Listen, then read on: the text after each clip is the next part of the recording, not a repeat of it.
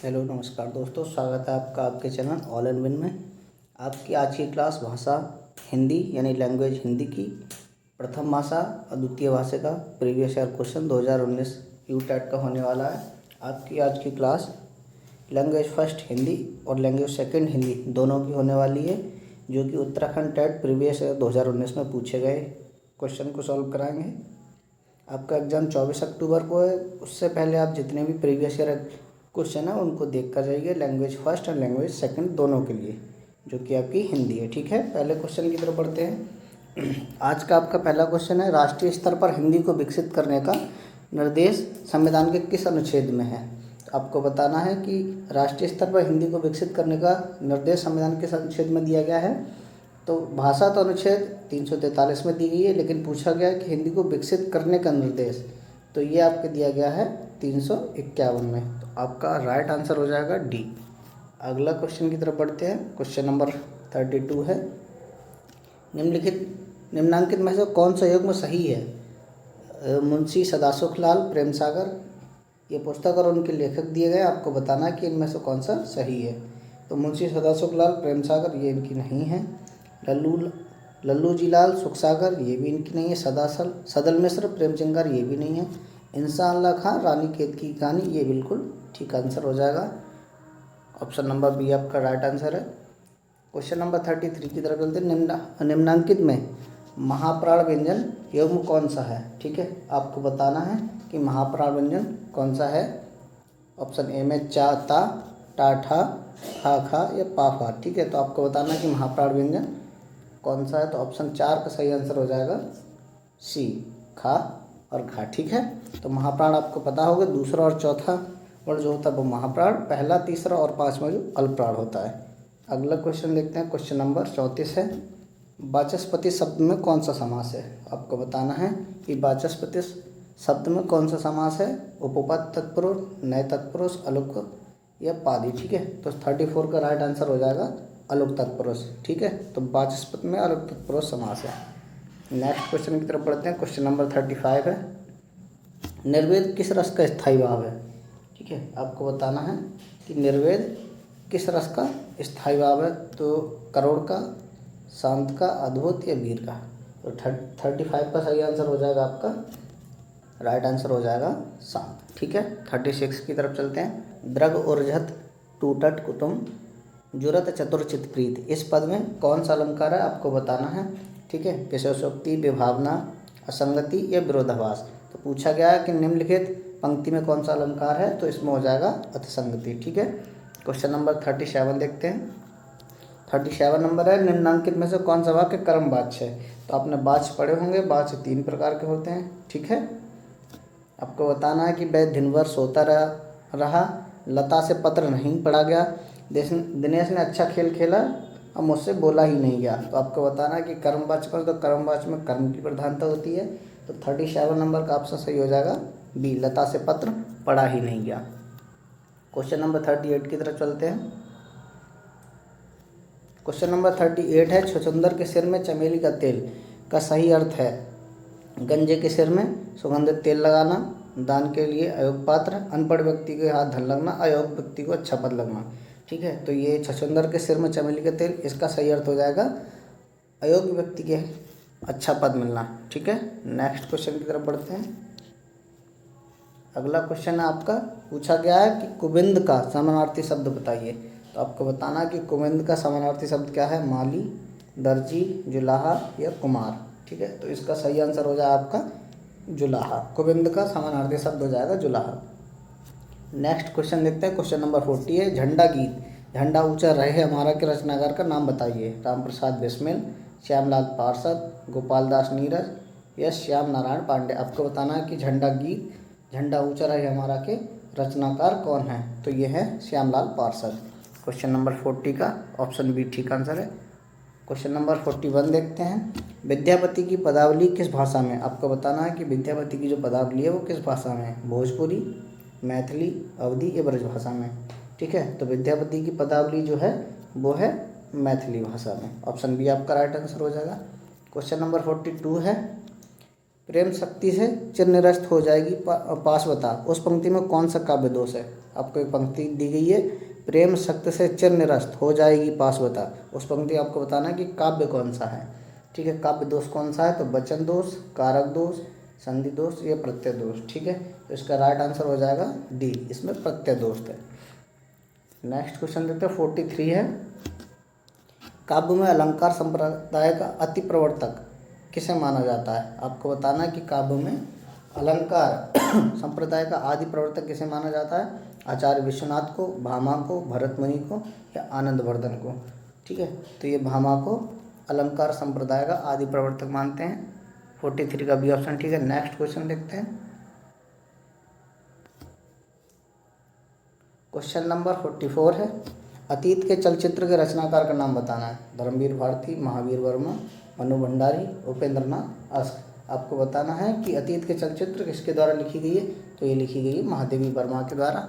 Option B आपका ठीक answer है। अगला क्वेश्चन है, क्वेश्चन नंबर 45 है, अधिकार खोकर बैठना ये महादुष्कर्म है, न्याय अथर्व को अपने बंधु को भी दंड देना धर्म है। उक्त पंक्ति किस काव्य से उद्धृत की गई है। आपको ऊपर एक पंक्ति दी गई है जो आपको बताना है कि किस काव्य से उद्धृत की गई है, यशोधरा, रश्मिरथी, जयद्रथ वध या भारत भारती। ठीक है, तो 45 का आंसर राइट हो जाएगा जयद्रथ वध। जो पंक्ति हैं वो जयद्रथ वध से ली गई हैं। अगला क्वेश्चन देखते हैं, क्वेश्चन नंबर 46 है, दिया गया हिंदी काव्य में प्रयोगवाद का प्रवर्तक किसे माना जाता है। ठीक है, तो आपको बताना है निराला, प्रसाद, अज्ञेय या रांगे राघव जी को। ठीक है, हिंदी काव्य में प्रयोगवाद का प्रवर्तक किसे माना जाता है, तो वो माना जाता है अज्ञेय जी को। ठीक है, अगला है, नीचे दिए गए गद्यांश को पढ़कर पूछे गए प्रश्नों को 47 से 50 तक के सर्वाधिक उपयुक्त उत्तर वाले विकल्प का चयन कीजिए।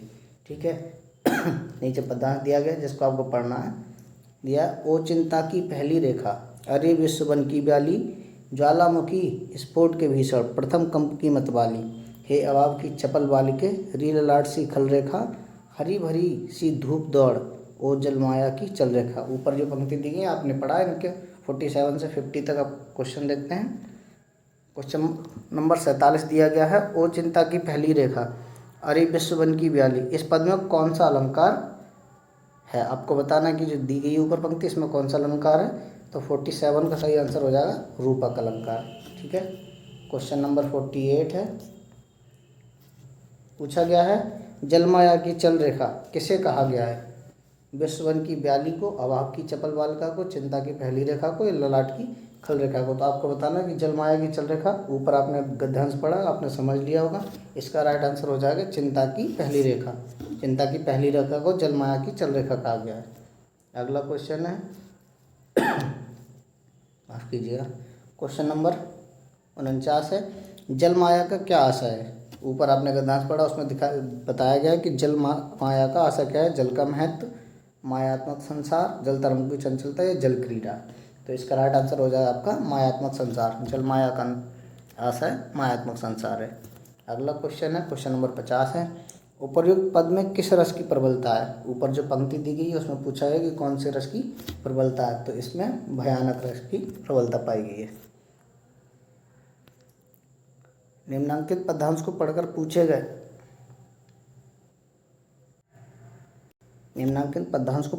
गए 51 से 54 तक के सर्वाधिक उपयुक्त वाले विकल्प का चयन कीजिए। ठीक है, गद्यांश दिया गया जिसको आपको पढ़ना है। ठीक है, फिर आपको उत्तर देना है। तो आइए गद्यांश को पढ़ते हैं। वेदों में एकेश्वरवाद, उपनिषदों में ब्रह्मवाद तथा पुराणों के अवतारवाद और बहुदेशवाद की प्रतिष्ठा जन समाज में हुई है, और तदनुसार हमारा धार्मिक दृष्टिकोण भी अधिकाधिक विस्तृत और व्यापक हो गया। हमारे साहित्य पर धर्म की इस अति सहायता का प्रभाव दो प्रधान रूपों में पड़ा। आध्यात्मिकता और अधिकता होने के कारण हमारे साहित्य में जीवन संबंधी गहन विचारों का विस्तार अधिक नहीं हुआ। प्राचीन वैदिक साहित्य से लेकर हिंदी के वैष्णव साहित्य हम यही बात पाते हैं। सामवेद की मनोहारी रचनाओं से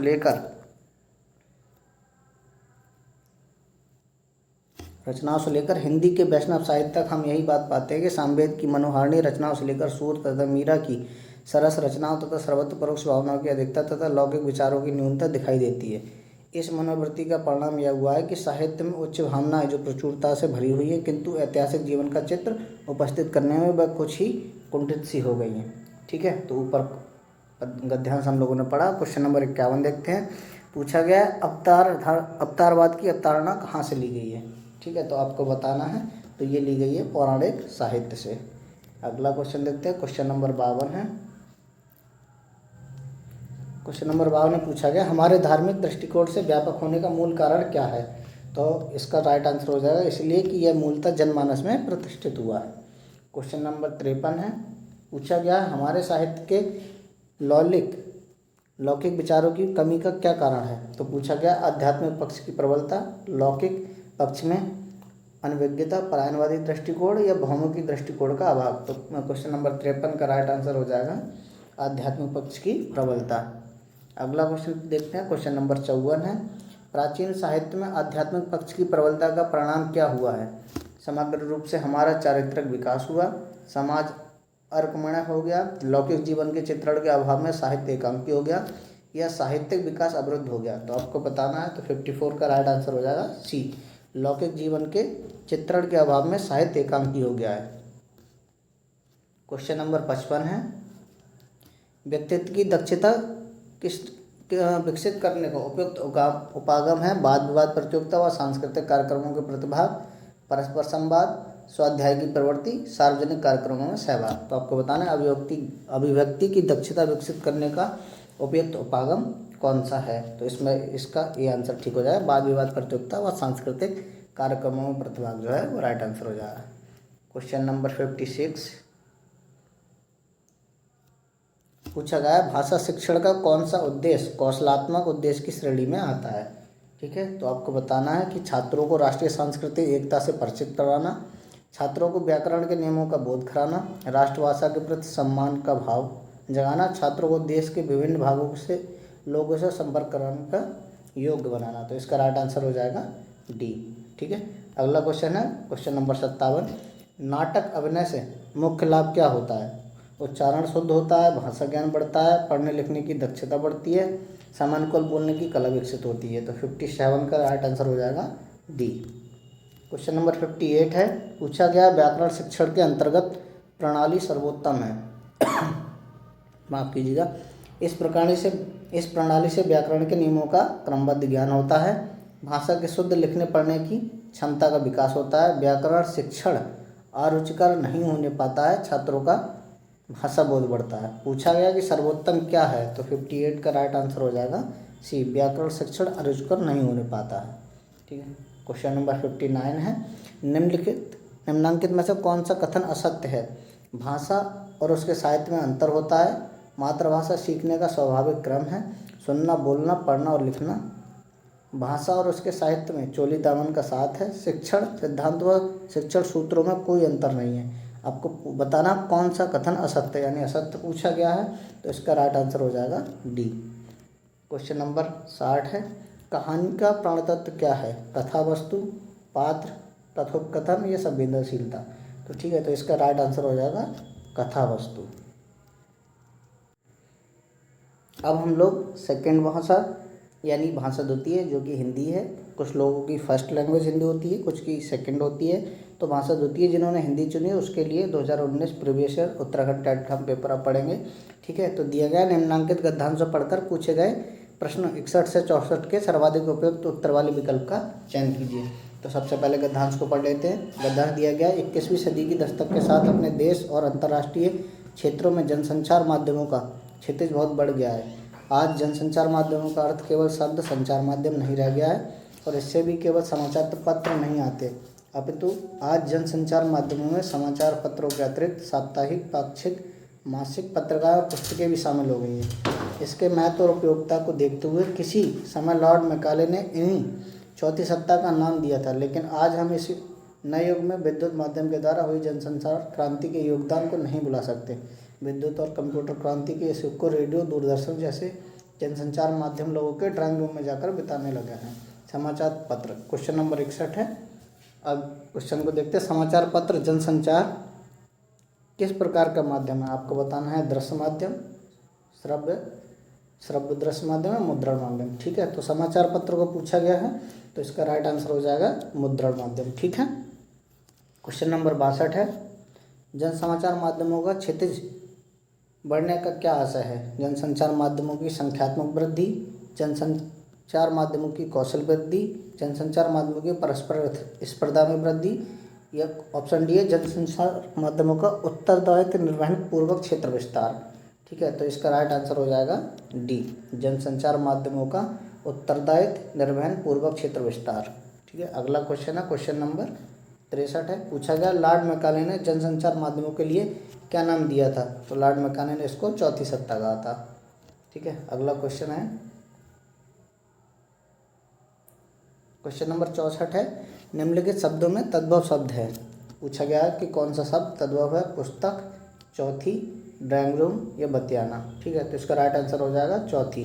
ठीक है, चौथी जो है वो तद्भव शब्द है, इसका तत्सम हो जाएगा चतुर्थ। नेक्स्ट क्वेश्चन है क्वेश्चन नंबर 65।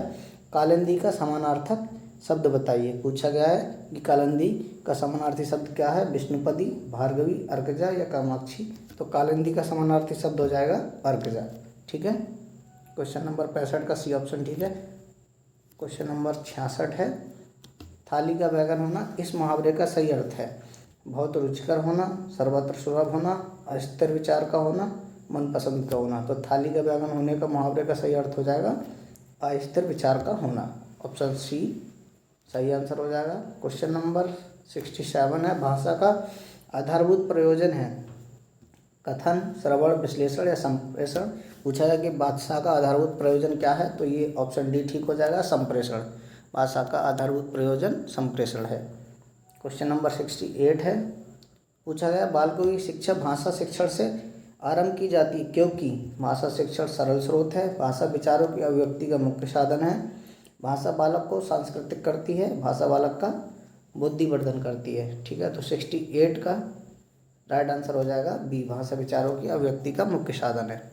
अगला क्वेश्चन देखते हैं क्वेश्चन नंबर 69 है।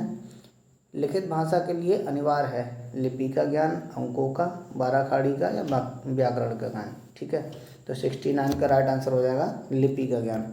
भाषा के लिए अनिवार्य क्या है? लिपि का ज्ञान। क्वेश्चन नंबर 70 है। पूछा गया निम्नांकित व्यंजनों में महाप्राण व्यंजन नहीं है। तो आपको देखना है घा, छा, धा या ता। ठीक है, तो महाप्राण प्रीवियस ईयर फर्स्ट लैंग्वेज में आया था, तो उसमें आपको पता है दूसरा और चौथा वर्ण जो होता है वो महाप्राण होता है। तो इसका राइट आंसर हो जाएगा डी, ता। ठीक है, अगले क्वेश्चन की तरफ बढ़ते हैं। क्वेश्चन नंबर 71 है। दूध का जला छाछ को भी फूंक फूंक कर पीता है, यही एक है, ये क्या है? पूछा गया है कहावत है, मुहावरा, किंवदंती है, कविता की पंक्ति है। ठीक है, तो इसका राइट आंसर हो जाएगा यह एक कहावत है। क्वेश्चन नंबर 72 है। पूछा गया निम्नलिखित वाक्यों में व्याकरण की किस प्रकार की अशुद्धि? मैंने मोहन को पुस्तक दिया, इसमें वचन संबंधी, लिंग संबंधी, काल संबंधी या कर्ता कर्म कारक संबंधी पूछा गया। तो इसमें लिंग संबंधी अशुद्धि पाएगी। मैंने मोहन को पुस्तक दिया, यहाँ दिया नहीं, ठीक है, या मैंने मोहन को पुस्तक दी, इस तरह से हो जाएगा। क्वेश्चन नंबर 73 है। निम्नलिखित में विकारी शब्द बताइए, तथापि, पुनः पुनः, मनुष्य या परंतु। 73 का राइट आंसर हो जाएगा मनुष्य। क्वेश्चन नंबर 74 है। मुझे आज अनेकों काम है, इस वाक्य में व्याकरण की अशुद्धि है संज्ञा संबंधी, विशेषण, क्रिया संबंधी या कर्म संबंधी। पूछा गया है कि मुझे आज अनेकों काम है, इस वाक्य में क्या अशुद्धि है? तो ये विशेषण संबंधी अशुद्धि पाई जा रही है। ठीक है, क्वेश्चन नंबर 75 है। पूछा गया जिस शब्द अथवा शब्दांश के रूप में वाक्य के लिंग, वचन, पुरुष अथवा काल के अनुसार कोई परिवर्तन नहीं होता है उसे क्या कहते हैं? ठीक है, तो उसे क्या कहते हैं? अपरिवर्तनीय, अव्यय, अव्यक्त या विकारी। तो उसको अव्यय कहते हैं। ठीक है, क्वेश्चन नंबर 75 का बी आंसर ठीक है। अगला क्वेश्चन है क्वेश्चन नंबर 76 माफ़ कीजिएगा। पंकज एक है, एक रूढ़ शब्द है, यौगिक शब्द है, योग रूढ़ शब्द है, इनमें से कोई नहीं। ठीक है, तो पंकज कैसा शब्द है? ये एक योग रूढ़ शब्द है। अगला क्वेश्चन है क्वेश्चन नंबर 77 है। पूछा गया शब्द के मुख्यार्थ को व्यक्त करने वाली शब्द शक्ति है, क्या है? अविधा, लक्षणा, व्यंजना या तात्पर्य। ठीक है, तो आपको बताना है, तो 77 का ए आंसर ठीक हो जाएगा, अविधा। अगला क्वेश्चन है स्थायी भाव, विभाव, अनुभाव, संचारी भाव संघटक तत्व है किसके? शब्द शक्ति के, रस के, अलंकार के या छंद के। ठीक है, तो आपको बताना है, तो 78 का सही आंसर हो जाएगा बी। स्थायी भाव, विभाव, अनुभाव, संचारी भाव ये रस के संगठक हैं। ठीक है, अगला क्वेश्चन है। पूछा गया पानी गए न उभरे, मोती मानुष चून। चून इस वाक्य पंक्ति में प्रयुक्त अलंकार है, श्लेष अलंकार, यमक, रूपक, ये उपमा अलंकार। तो इसका राइट आंसर हो जाएगा ए, श्लेष अलंकार। ठीक है। अगला क्वेश्चन है, इनमें से कृष्ण भक्त कवि नहीं थे? सूरदास, तुलसीदास, कबीरदास, रैदास। तो कृष्ण भक्त कवि कौन नहीं थे? तो ये नहीं थे, कबीरदास। ठीक है। अगला क्वेश्चन है, भारत के संविधान में हिंदी को कहा गया है राजभाषा, राष्ट्रभाषा, मातृभाषा या संपर्क भाषा? ठीक है। तो 81 का सही आंसर हो जाएगा ए, भारत के संविधान में हिंदी को राजभाषा कहा गया है। क्वेश्चन नंबर 82 है, छाया के प्रमुख स्तंभों में सम्मिलित नहीं है कौन? जयशंकर प्रसाद, सुमित्रानंद पंत, महादेवी वर्मा या रामधारी सिंह दिनकर? तो इसका राइट आंसर हो जाएगा रामधारी सिंह दिनकर छायावाद के प्रमुख स्तंभों में सम्मिलित नहीं है। तार सप्तक एक प्रतिनिधि काव्य संकलन है छायावादी कवियों का, प्रगतिवादी कवियों का, प्रयोगवादी या साठोत्तरी कवियों का? तो 83 का राइट आंसर हो जाएगा सी, प्रयोगवादी कवियों का तार सप्तक एक प्रतिनिधि काव्य संकलन है। क्वेश्चन नंबर 84 है, मेरी भव वादा हरो राधा नागर सोए, जा तन की साई परे श्याम हरित दुख होए। उक्त पंक्ति के रचयिता पूछे गए हैं तो सूरदास, बिहारी लाल, मीराबाई या रसकांत? तो आपको बताना है कि उक्त पंक्ति के रचयिता कौन है। तो 84 का सही आंसर हो जाएगा बी, बिहारी लाल। अगला क्वेश्चन है क्वेश्चन नंबर 85, साहित्य की किस विधा में शिक्षण का स्वस्वर वाचन सर्वाधिक अपेक्षित है? एकांकी, जीवनी, आत्मकथा या संस्मरण? ठीक है। तो बताना है कि किस विधा में शिक्षण का स्वस्वर वाचन सर्वाधिक अपेक्षित है। तो वो है एकांकी में। ठीक है। 85 का ए ऑप्शन ठीक हो जाएगा। क्वेश्चन नंबर 86 है, व्याकरण शिक्षण की वह पद्धति अपेक्षापूर्ण अधिक होती है जिसमें पूछा गया छात्र नियम से उदाहरण की ओर जाते हैं, छात्र सूत्रों का प्रयोग करते हैं, छात्र नियमों को कंठस्थ कर लेते हैं, छात्र उदाहरण से नियम की ओर जाते हैं। ठीक है। तो इसका राइट आंसर हो जाएगा छात्र उदाहरण से नियम की ओर जाते हैं। आगे दिया गया है, निम्नांकित गद्यांश को पढ़कर पूछे गए प्रश्नों 87 से 90 तक के सर्वाधिक उपयुक्त उत्तर वाले विकल्प का चयन कीजिए। तो पहले गद्यांश पढ़ लेते हैं। गद्यांश दिया गया, आत्मकथा में ही आत्मज्ञान या स्वज्ञान का विकास संभव है। आत्मभाषा आत्ममुक्ति का साधन है। आत्ममुक्ति का तात्पर्य सोचने, समझने, कहने और सुनने के स्वराज की प्राप्ति से है और यह अपनी भाषा में ही संभव है। भारतीय समाज में विकास की पहली ज़रूरत है कि सोचने, समझने और विभिन्न कार्यों को यह करने के लिए औपनिवेशिक परिवेश से मुक्त मानव मस्तिष्क का विकास, जिसे हमने अंग्रेजी उपनिवेशवाद के प्रभाव के कारण खो दिया है, इसे पुराने ढर्रे पर लाना ही होगा। हालांकि वापसी की यह प्रक्रिया इतनी आसान नहीं है। इसे संभव बनाने के लिए हमें आत्मविस्मृति के दंश से निकलना होगा। औपनिवेशिकता की गुलामी में जकड़े देश आमतौर पर आत्मविस्मृति के शिकार हो रहे हैं। उनकी आज़ादी की लड़ाई आत्मविस्मृति से मुक्ति की लड़ाई रही है, राष्ट्रीय अस्मिता के लिए संघर्ष की लड़ाई रही है। असल में होता यह है कि हमें नीतियाँ अनेक उनके लिए बनानी है और उस समाज का विकास करना है जो अंग्रेज नहीं जानता।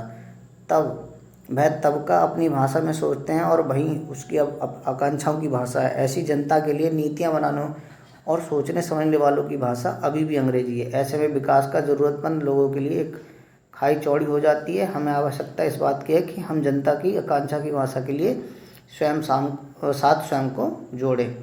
ठीक है। क्वेश्चन देखते हैं। क्वेश्चन है 87, वैचारिक उद्भावना का सर्वोत्तम माध्यम है। ठीक है। तो पूछा गया है कि वैचारिक उद्भावना का सर्वोत्तम माध्यम क्या है। तो राष्ट्रवाद, आत्मभाषा, साहित्य भाषा या अभिजात वर्ग की भाषा? तो गद्यांश में हमने पढ़ा था कि वैचारिक उद्भावना का सर्वोत्तम माध्यम क्या है, वो आत्मभाषा है। ठीक है। अगला क्वेश्चन है क्वेश्चन नंबर 88, पूछा गया विदेशी परितंत्रता की घातक परिणति क्या है? नैतिक अधःपतन, आर्थिक शोषण, राष्ट्रीय अस्मिता का कुठाराघात या सामाजिक परंपरा का क्षरण? तो 88 का राइट आंसर हो जाएगा राष्ट्रीय अस्मिता का कुठाराघात। अगला क्वेश्चन है क्वेश्चन नंबर 89, आत्मविस्मृति का क्या अभिप्राय है? अपने अस्मिता को भुला देना, अपने आप में खो जाना, सामाजिक परंपराओं में अनभिज्ञता या स्वतः भूल जाने की प्रवृत्ति? तो 89 का राइट आंसर हो जाएगा अपनी अस्मिता को भुला देना आत्मविस्मृति का अभिप्राय है। क्वेश्चन नंबर 90 है, आम जनता के सर्वांगीण विकास के लिए आवश्यक है? क्या आवश्यक है? प्रचुर वित्तीय संसाधनों की उपलब्धता, देश के प्राकृतिक संसाधन, नीति नियंत्रण और आत्म जनता के बीच भाषा एवं चिंतन विषयक साम्य, योजनाओं के क्रियान्वयन में तत्परता। ठीक है। तो 90 का राइट आंसर हो जाएगा सी, नीति नियंत्रण और आम जनता के बीच भाषा का चिंतन विषयक साम्य। पहला क्वेश्चन है, दिवस का अवसान समीप था, गगन था कुछ लोहित हो चला, तुरशिखा पर थी अवराजती, कमलनी कुल बल्लभ की प्रभा। सही है। इस पद में कौन सा छंद है पूछा गया है। ठीक है, तो बताया गया है बसंत तिलका, द्रुत विलंबित, शिखरणी या उपेंद्र वज्रा। तो आपको बताना है कि इनमें से कौन सा छंद है। तो 31 का सही आंसर हो जाएगा आपका बी। ठीक है, द्रुत विलंबित छंद दिया गया है। अगला क्वेश्चन है क्वेश्चन नंबर 32, पूछा गया अल्प प्राण के विषय में सही कथन है। हकार की ध्वनि वाले व्यंजन अल्प प्राण होते हैं। ठीक है, स्वसर अल्प प्राण है, ऊष्म व्यंजन अल्प प्राण होते हैं, प्रत्येक वर्ग का दूसरा और चौथा वर्ण अल्प प्राण होता है। ठीक है, तो आपका क्वेश्चन नंबर 32 का सही कथन हो जाएगा वह स्वर यानी सब स्वर अल्प प्राण होते हैं। अगला क्वेश्चन है क्वेश्चन नंबर 33, पूछा गया देशभक्ति शब्द में कौन सा समास है। करण तत्पुरुष समास, द्वंद्व समास, बहुव्रीहि, संप्रदान तत्पुरुष समास। तो आपको बताना है कि देशभक्ति शब्द में कौन सा समास है। तो इसका राइट आंसर हो जाएगा संप्रदान तत्पुरुष समास। क्वेश्चन नंबर 34 है, किस शब्द में तद्धित प्रत्यय शब्द जुड़ा हुआ है। ठीक है, पूछा गया किस शब्द में तद्धित प्रत्यय जुड़ा हुआ है। तो आपको बताना है नैतिक, लड़ाकू, चढ़ाई या लगाव। तो तद्धित प्रत्यय जो है वो नैतिक में जुड़ा हुआ है।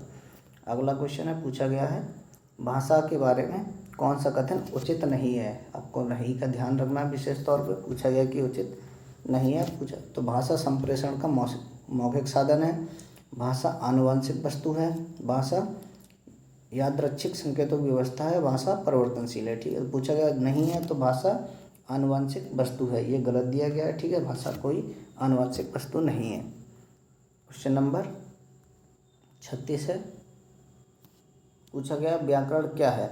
भाषा की संरचना का विश्लेषक शास्त्र, भाषा के सौंदर्य पक्ष का विश्लेषण करने वाला शास्त्र, भाषा का विकास दिखलाने वाला शास्त्र। उपयुक्त सही। तो आपको बताना कि व्याकरण क्या है। तो व्याकरण भाषा की संरचना का विश्लेषक शास्त्र है। क्वेश्चन नंबर 37 है, पश्चिमी हिंदी की बोली है। आपको बताना अवधी, बुंदेली, बघेली या मेवाती। तो पश्चिमी हिंदी की बोली में अवधी आती है। ठीक है, अगला क्वेश्चन है क्वेश्चन नंबर 38, अर्थ के अनुसार वाक्य का भेद नहीं है। सरल वाक्य, विधि वाक्य, निषेध वाक्य या प्रश्न वाक्य।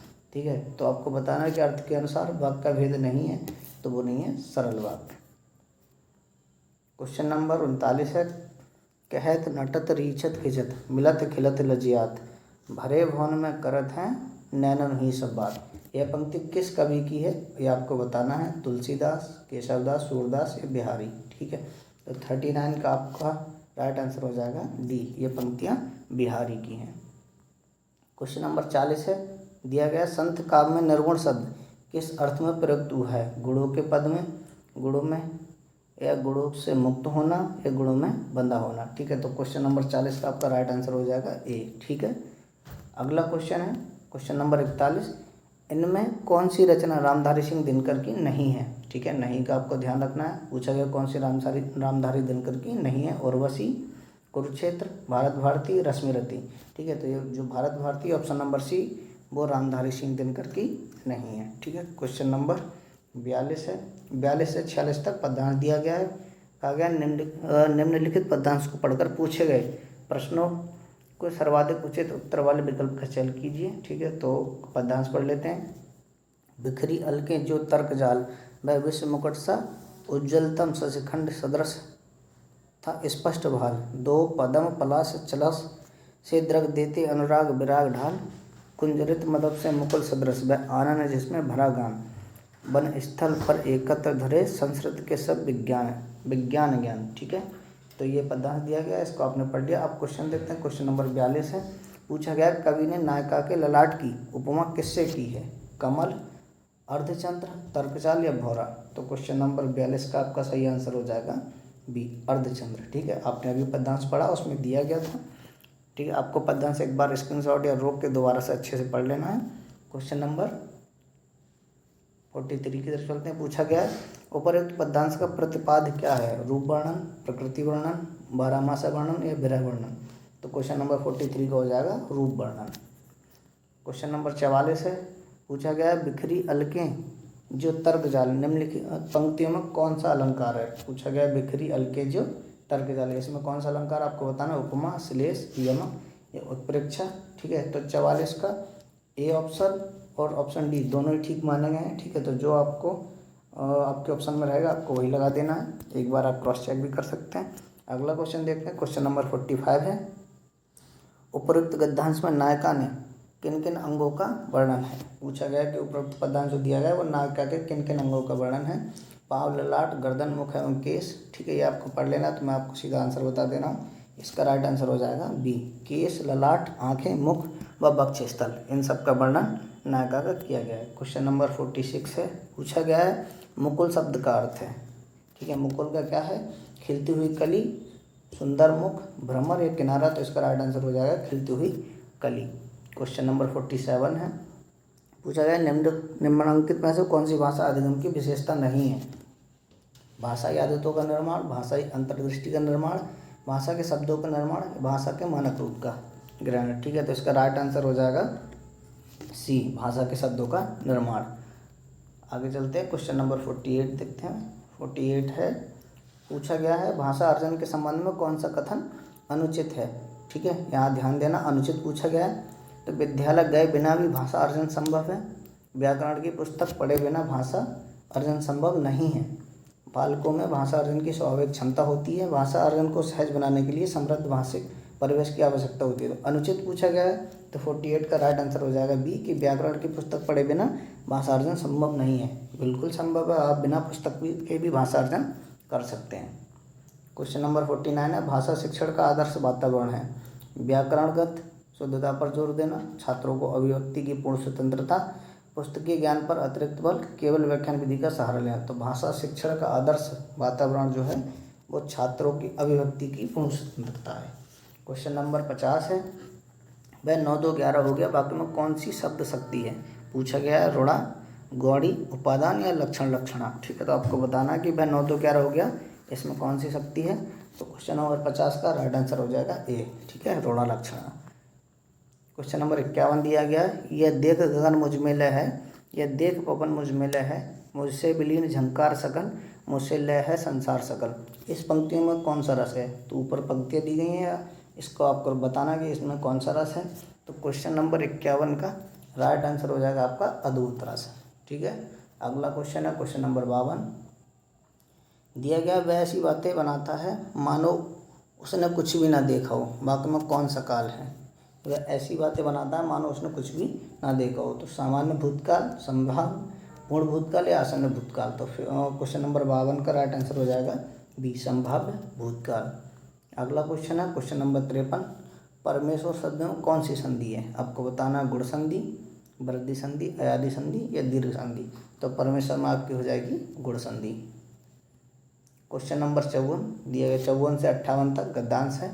दिया गया है निम्नलिखित गद्यांश को पढ़कर पूछे गए प्रश्नों, प्रश्न संख्या 54 से 58 तक के सर्वाधिक उचित उत्तर वाले विकल्पों का चयन करना। तो पहले गद्यांश पढ़ लेते हैं। दिया गया, मैं साहित्यिक हूँ, मनुष्य की दृष्टि से देखने का पक्षपाती हूँ, जो बागजाल मनुष्य को दुर्गत, हीनता और प्रमुखापेक्षिता से बचा ना सके, जो उसकी आत्मा को तेजोदीप्त न बना सके, जो उसके हृदय को पर दुख, कातर और संवेदनशील न बना सके, उसे साहित्य कहने से में मुझे संकोच होता है। मैं अनुभव करता हूँ कि हम लोग एक कठिन समय के भीतर से गुजर रहे हैं। आज नाना भांति के संकीर्ण स्वार्थों ने मनुष्य को कुछ ऐसा धंधा बना दिया है कि जाति धर्म निर्विशेष मनुष्य के हित की बात सोचना असंभव हो गया है। ऐसा लग रहा है कि किसी विकट दुर्भाग्य के इंगित पर दलगत स्वार्थ के प्रयत्न ने मनुष्यता को दबोच लिया है। दुनिया छोटे छोटे संकीर्ण स्वार्थों के आधार पर अनेक दलों में विभक्त हो गई है। अपने दल के बाहर का आदमी संदेह की दृष्टि से देखा जाता है, उसके तप और सत्यनिष्ठा का मजाक उड़ाया जाता है, उसके प्रत्येक भाव और बलिदान के कार्य में भी चाल का संसाधन पाया जाता है। ठीक है, तो ये गद्यांश दिया गया था। अब क्वेश्चन देखते हैं, क्वेश्चन नंबर 54 है। दिया गया है जाति धर्म निर्विशेष मनुष्य की पहचान क्या है। ठीक है, तो आपने अभी ऊपर गद्यांश पढ़ा, आपने अच्छे से पढ़ा होगा, नहीं पढ़ा तो एक बार रोक के स्क्रीनशॉट लेकर दोबारा पढ़ लीजिएगा। क्वेश्चन नंबर 54 का राइट आंसर हो जाएगा जाति और धर्म की सीमा से मुक्त जो है वो जाति धर्म निर्विशेष मनुष्य की पहचान है। क्वेश्चन नंबर 55 है, पूछा गया उपरोक्त गद्यांश के अनुसार हमारा समय कठिन क्या है। तो दुनिया भर में हो रहे युद्धों के कारण, विभिन्न प्रकार के संकुचित स्वार्थों के कारण, विश्व में फैली महामारी या राजनीति में विद्यमान भ्रष्टाचार के कारण। क्वेश्चन नंबर 55 का राइट आंसर बी हो जाएगा, विभिन्न प्रकार के संकुचित स्वार्थों के कारण। अगला क्वेश्चन है क्वेश्चन नंबर 56 देखते हैं। क्वेश्चन नंबर 56 में कहा गया निम्नलिखित में से कौन सा दलगत राजनीति का दुष्परिणाम नहीं है। आपको बताना, संसार का संकीर्ण स्वार्थों में बढ़ जाना, सच्चे त्याग और बलिदान पर संदेह करना, विरोधी दल के नेता का योगदान स्वीकार करना, केवल अपने ही दल के व्यक्ति को नेता मानना। ठीक है, तो इसमें पूछा गया दलगत राजनीति का दुष्परिणाम नहीं है। ठीक है, नहीं को एक बार मार्क कर लीजिएगा। तो इस क्वेश्चन नंबर 56 का राइट आंसर हो जाएगा विरोधी दल के नेता का योगदान स्वीकार करना, ये इसका राइट आंसर है। ठीक है, क्वेश्चन नंबर 57 है, पूछा गया साहित्य को किस दृष्टि से देखा जाना चाहिए, राष्ट्र की दृष्टि से, समाज की दृष्टि से, विश्व की या मनुष्य की दृष्टि से। तो साहित्य को इसका सर्वोत्तम इसका राइट आंसर जो हो जाएगा, वैसे तो आप समाज की दृष्टि से लिखना, सबसे उपयुक्त पूछा गया था मनुष्य की दृष्टि से। ठीक है, साहित्य को देखना चाहिए। क्वेश्चन नंबर 57 का डी आंसर ठीक है। क्वेश्चन नंबर 58 है, साहित्य वह है जो मनुष्य की आत्मा को प्रकाशित करता है, जिसमें कल्पना का विकास होता है, जिसमें शब्दों का चमत्कार होता है, उपरोक्त सभी। ठीक है, तो 58 का राइट आंसर हो जाएगा, जो मनुष्य की आत्मा को प्रकाशित करता है साहित्य वही है। क्वेश्चन नंबर 59 है, आटे दाल का भाव मालूम होना मुहावरे का सही प्रयोग किस वाक्य में हुआ है। अच्छी नीयत से काम करते रहोगे तो आटे दाल का भाव अपने आप मालूम हो जाएगा। अभी से घबराने लगी, अबे हुआ ही क्या है, आटे दाल का भाव तो अब मालूम पड़ेगा। आजकल तो वह दिन रात परिश्रम कर रहा है, भगवान चाहेगा तो उसे आटे दाल का भाव मालूम हो जाएगा। ठीक है, आजकल वे बाज़ार से ख़रीदारी करते हैं, उन्हें आटे दाल का भाव मालूम रहा है। ठीक है, तो 59 का राइट आंसर आपका हो जाएगा बी, अभी से घबराने लगे, अभी हुआ ही क्या है, आटे दाल का भाव तो अब मालूम होगा। क्वेश्चन नंबर 60 है, भाषा के पाठ्यक्रम में कहानी का शैक्षणिक प्रयोग मुख्यतः इसलिए ज़रूरी है क्योंकि इसमें बच्चे, ऑप्शन ए है, उच्चारण क्षमता का विकास करते हैं, पढ़ना लिखना सीखते हैं, स्मरण क्षमता का विकास करते हैं, व्याकरण के नियमों को कंठस्थ कर पाते हैं। ठीक है, तो क्वेश्चन नंबर 60 का राइट आंसर हो जाएगा सी, इसमें दिया स्मरण क्षमता का विकास करते हैं। तो भाषा के पाठ्यक्रम में कहानी का शैक्षणिक प्रयोग इसलिए ज़रूरी है क्योंकि बच्चे इसमें स्मरण क्षमता का विकास करते हैं। ठीक है, द्वितीय भाषा हिंदी। ठीक है, प्रीवियस ईयर उत्तराखंड टेट 2020 में जो द्वितीय भाषा में हिंदी के क्वेश्चन पूछे गए हैं, अब आइए उनको सॉल्व करते हैं। ठीक है, तो 61 क्वेश्चन है, उपचारात्मक हिंदी शिक्षण हेतु प्रयुक्त करते हैं, क्या प्रयुक्त करते हैं, मानदंड परीक्षण, उद्देश्य केंद्रित, निदानात्मक, ये उपयुक्त में से कोई नहीं। ठीक है, तो उपचारात्मक हिंदी शिक्षण हेतु क्या करते हैं हम, ऑप्शन सी निदानात्मक परीक्षण। अगला क्वेश्चन है क्वेश्चन नंबर 62, पूछा गया है निम्नलिखित में से अर्धसमृद्ध स्वर कौन सा है। तो आपको बताना है कि अर्धसमृद्ध कौन सा, ओ, औ, आ और ए। ठीक है, इनमें चारों में से ऑप्शन ए आपका ओ जो है अर्धसमृद्ध स्वर है। क्वेश्चन नंबर 63 है, अपभ्रंश को पुरानी हिंदी किसने कहा, गियर्सन, श्याम सुंदर दास, चंद्रधर शर्मा गुलेरी, आचार्य रामचंद्र शुक्ल। तो अपभ्रंश को पुरानी हिंदी जो कहा है वो कहा है गियर्सन ने। ठीक है, क्वेश्चन नंबर, माफ़ कीजिएगा, इसका राइट आंसर हो जाए आपका चंद्रधर शर्मा गुलेरी। ठीक है, क्वेश्चन नंबर 64 है आपका, पूछा गया किस रचना का दूसरा नाम आलाखंड है। ठीक है, तो आपको बताना है कि कौन सी ऐसी रचना है जिसका दूसरा नाम जो है वो आलाखंड है। पृथ्वीराज रासो, विजयपाल रासो, हमीर रासो या परमाल रासो। तो ऐसी जो रचना है वो है परमाल रासो, जिसका दूसरा नाम आलाखंड दिया। ठीक है, तो क्वेश्चन नंबर 64 का राइट आंसर आपका डी हो जाएगा। क्वेश्चन नंबर 65 है, दिया गया कि काशी में हम प्रकट भये रामानंद चेताए, पंक्ति किस कवि के जन्म से संबंधित है, कबीरदास, सूरदास, रैदास या जायसी। तो ये जो पंक्ति है ये है कबीरदास के जन्म से संबंधित, कि काशी में हम प्रकट भये रामानंद चेताए। क्वेश्चन नंबर 66 है, उत्साह शब्द उदाहरण है दीर्घ संधि का, व्यंजन संधि, ठीक है, गुण संधि या ईड़ संधि का। तो इसका राइट आंसर हो जाएगा उत्साह, व्यंजन संधि का उदाहरण है। अगला क्वेश्चन है क्वेश्चन नंबर 67 है, नमस्ते शब्द संधि विच्छेद है, नमधनते, नमस्ते, नमस्धनते या नमस्ते। तो इसका 66 का राइट आंसर हो जाएगा आपका 66 होगा, माफ कीजिए 67 का नमस्ते। ठीक है, नमधन ते, इसमें विसर्ग जो है वो आदेशा में परिवर्तित हो जाती हैं। अगला क्वेश्चन देखते हैं क्वेश्चन नंबर 68 है, ऋजु शब्द का विलोम है अब्रक, बर्क, सहृदय, इनमें से कोई नहीं। तो आपको बताना है कि ऋजु शब्द का विलोम क्या है। तो इसका सही आंसर हो जाएगा ऋजु का जो है विलोम शब्द वक्र होता है। ठीक है, अगला क्वेश्चन है 69वां क्वेश्चन है, करण तत्पुरुष समास का उदाहरण है अनादि, मनोहर, जलमग्न, ईश्वरदत्त।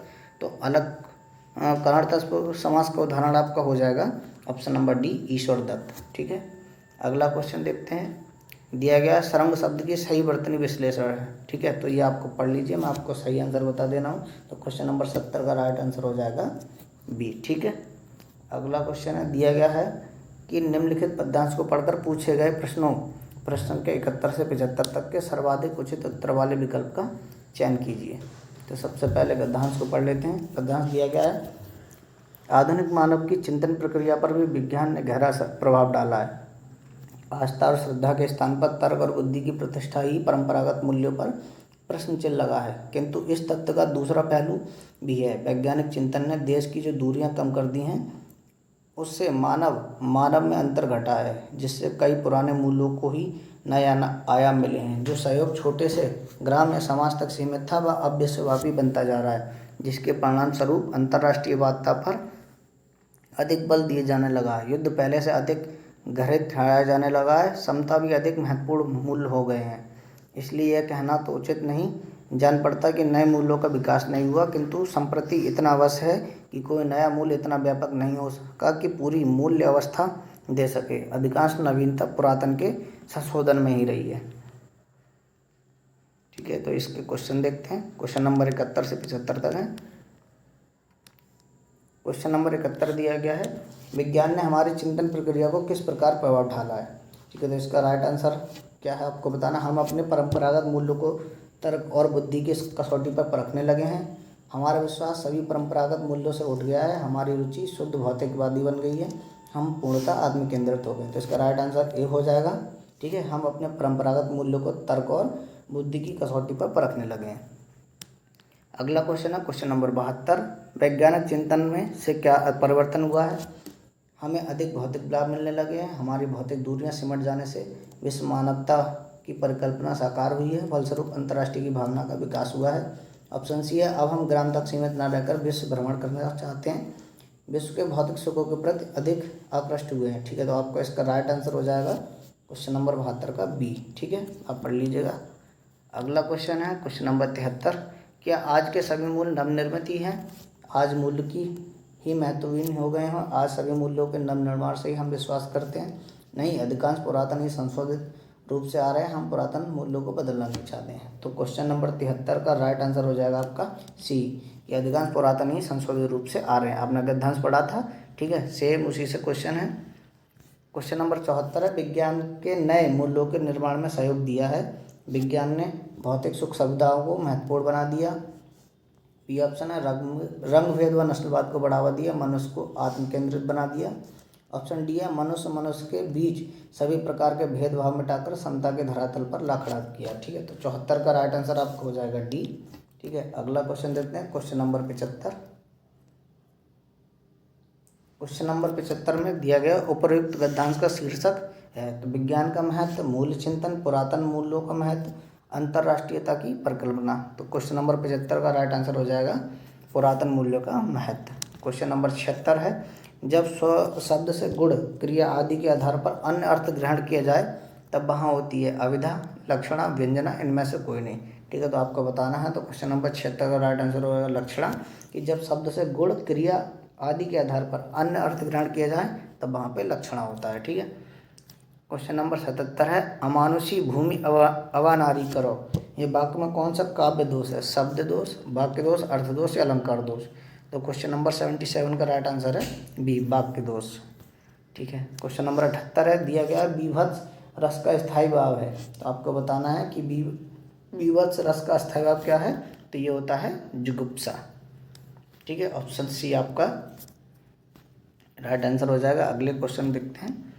क्वेश्चन नंबर 79 है, कमल से नैन और नैन से कमल है, पंक्ति में कौन सा अलंकार है। आपको बताना है कि कमल से नैन और नैन से कमल है।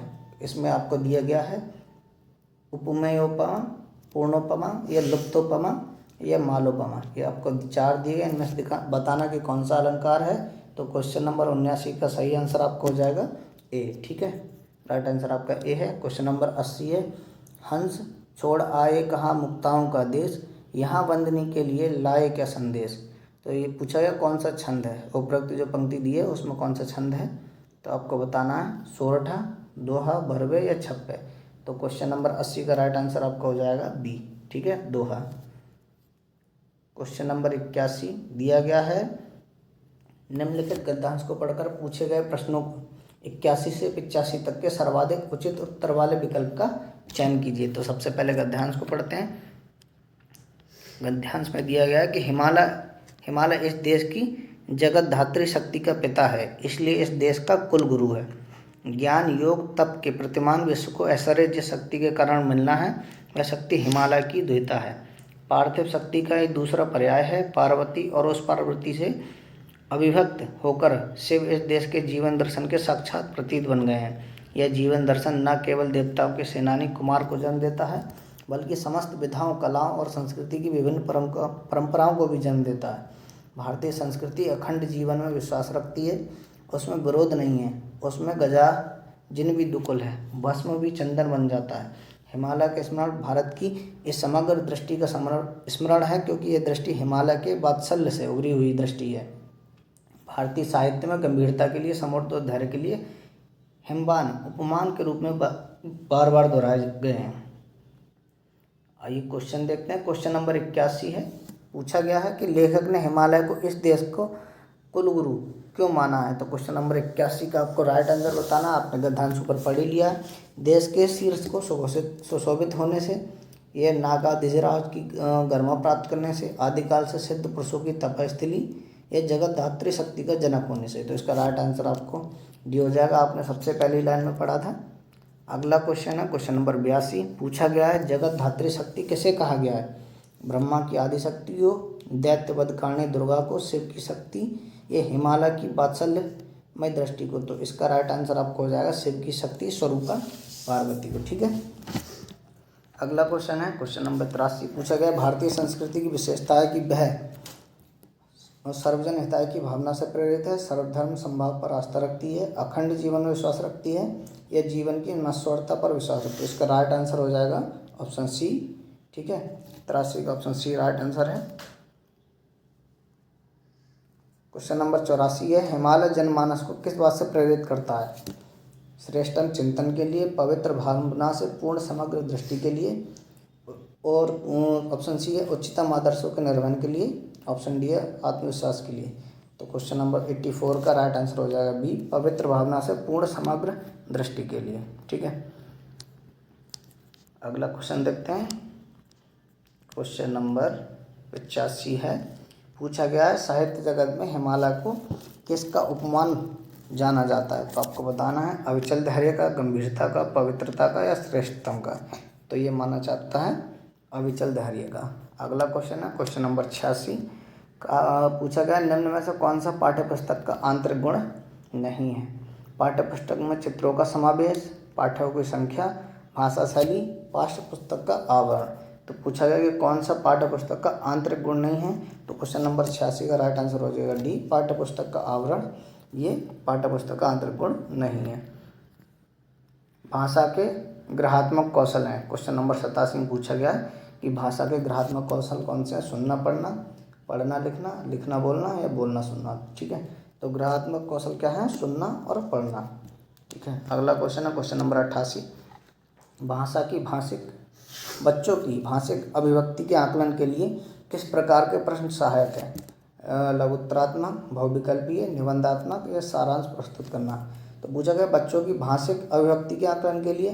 ठीक है, तो निम्न प्रश्नों में से कौन सहायक है। तो क्वेश्चन नंबर 88 का राइट हो जाएगा बहुविकल्पी।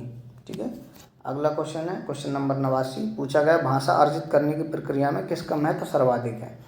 भाषा कक्षा का, भाषा प्रयोगशाला का, समाज का या पाठ्य पुस्तक का।